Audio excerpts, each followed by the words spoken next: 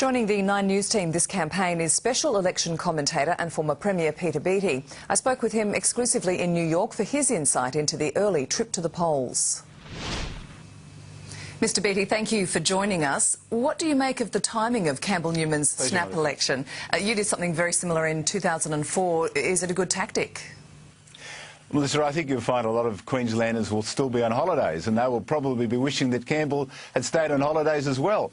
Look, the reality is that calling an election in January is an advantage for the government. There's no two ways about it, and that's what this tactic is all about.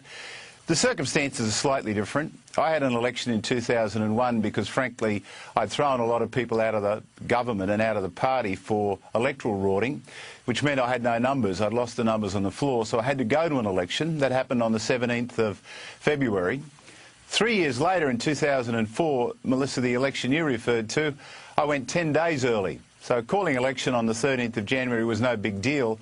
I went 10 days early. Campbell's gone almost 2 months early. And with a majority of 78, which is what he had at the beginning of the term, I think there'll be a little bit of cynicism about that in the electorate. And when people come back from holidays, they'll remember when the election was called.